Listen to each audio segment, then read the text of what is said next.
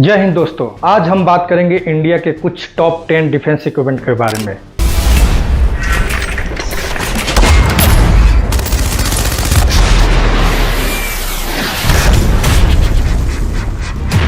जैसा कि आप सब जानते हैं कि इंडिया जो कि इस साल के डिफेंस बजट के साथ ही यूएस, चाइना और रशिया के बाद 4th लार्जेस्ट कंट्री बन चुका है। इसी के साथ आज हमारे पास state of the art defence equipment है जो कि इंडियन नेवी, आर्मी और एयरफोर्स के बेसमेंट में है, जिसका समय आने पर यूज किया जा सकता है।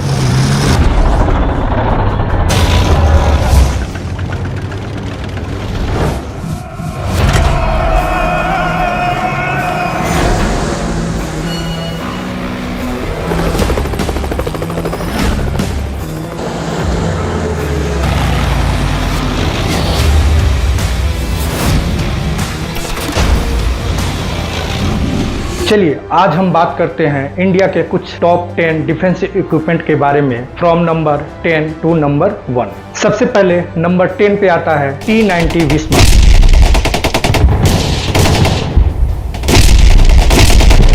T-90 विस्मा एक रशियन डिजाइन टैंक है जिसमें 125 mm की गन और 1000 हॉर्स पावर का इंजन का इस्तेमाल किया गया है। 2001 में इंडिया ने रशिया से टोटल 310 T-90 विस्मा टैंक खरीदा। जब ये टैंक इंडिया में काफी पैमाने पर अवेलेबल हो गया तो इंडिया ने उसके इक्विपमेंट में चेंज करके उसके इफिशियंसी को, उसके पावर को बढ़ाया। ऑल ओवर यह एक बहुत ही अच्छा versatility, mobility, firepower and protection का कॉम्बिनेशन है। इसके बाद नंबर 9 पर आता है पिनाका रॉकेट लॉन्चर। इसे इंडिया में डीआरडीओ ने डेवलप किया इंडियन आर्मी के लिए। पिनाका रॉकेट मार्क 1 रॉकेट को 40 किलोमीटर की दूरी तक भेज सकता है एंड मार्क 1 के इनहेंस वर्जन को 60 किलोमीटर की दूरी तक भेज सकता है। पिनाका रॉकेट लॉन्चर का यूज कारगिल युद्ध में पाकिस्तान के अगेंस्ट में किया गया था। तब पिनाका रॉकेट के अच्छे प्रदर्शन को देखकर इसके नंबर को भी बढ़ाया गया। 2019 में इसके अपग्रेडेड वर्जन की भी टेस्टिंग की गई जो कि अपने निशाने को 30 किलोमीटर से 90 किलोमीटर की दूरी तक को भेज सकता है। इसके बाद नंबर 8 पर आता है ध्रुव एडवांस लाइट हेलीकॉप्टर।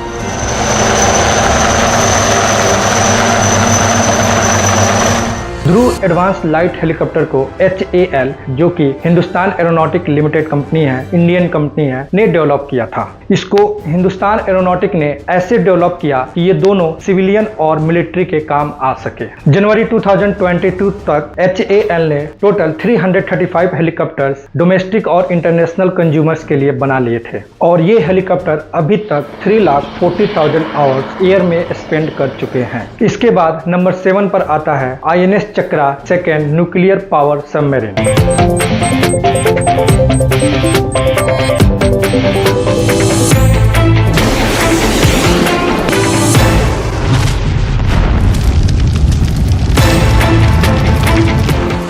इस सबमरीन का नाम पहले नेरपा था जो कि बाद में बदलकर INS चक्रा रखा गया। 1993 में इस सबमरीन को रशिया ने डेवलप करना चालू किया था जिसका वेट 8140 टन है। अक्टूबर 2008 में इसे K-152 नेरपा के नाम से लॉन्च किया गया और 2011 में ये सबमरीन इंडिया को 10 साल के लिए लीज पर मिल गई। यह इंडिया की इकलौती न्यूक्लियर पावर सबमरीन है। इस सबमरीन के साथ एक दुर्घटना भी हो चुकी है। 8 नवंबर 2008 में जब इसकी टेस्टिंग सी ऑफ जापान में चल रही थी तो इसके फायर सप्रेशन सिस्टम एक्टिवेट होने से 20 लोगों की मौत और 41 लोग घायल हो गए थे। इसके बाद नंबर 6 पर आता है Akash surface to air missile system.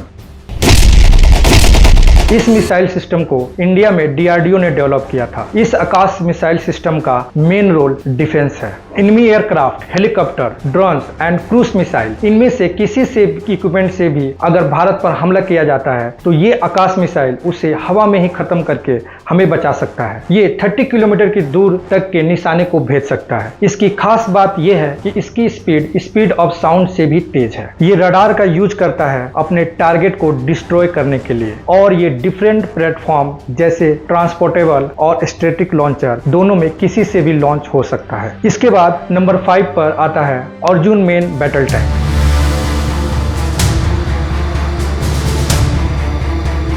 Arjun main battle tank को इंडिया में DRDO ने डेवलप किया था। बांग्लादेश के साथ वार के बाद 1970 में इसकी आइडिएशन चालू कर दी गई थी, जो कि 1996 में बनकर कंप्लीट हुआ था। इसको बनाने का main aim world class battle tank बनाना था। इसमें 120 mm की rifled gun, machine gun and 1400 horsepower का इंजन का इस्तेमाल किया गया था। अर्जुन टैंक की मैक्सिमम स्पीड 70 km/h है। It is a 4-man crew जिसमें कमांडर, गनर, लोडर और ड्राइवर शामिल है। इसके बाद नंबर 4 पर आता है डिफेंस इक्विपमेंट फॉल्कन अवॉक्स, जो कि airborne early warning and control system है। इंडियन एयरफोर्स ने इजराइल से 3 फॉल्कन अवॉक्स मंगवाया है, जिसमें से 2 फॉल्कन अवॉक्स की कॉस्ट 83,000 करोड़ थी। फॉल्कन अवॉक्स कैपेबल है दुश्मन के एयरक्राफ्ट को डिटेक्ट करने में, होस्टाइल मिसाइल, दुश्मन ट्रूप्स के मूवमेंट को डिटेक्ट करने में। इसके बाद नंबर 3 पे आता है नेमिका नाग मिसाइल करियर, जो कि इंडिया में डेवलप हुई एक अननोन वेपन है। इसमें लगी 3rd जनरेशन नाग एंटी टैंक मिसाइल माउंट होती है इसके मॉडिफाइड BMP-2 चेसिस में। यह सक्सेसफुली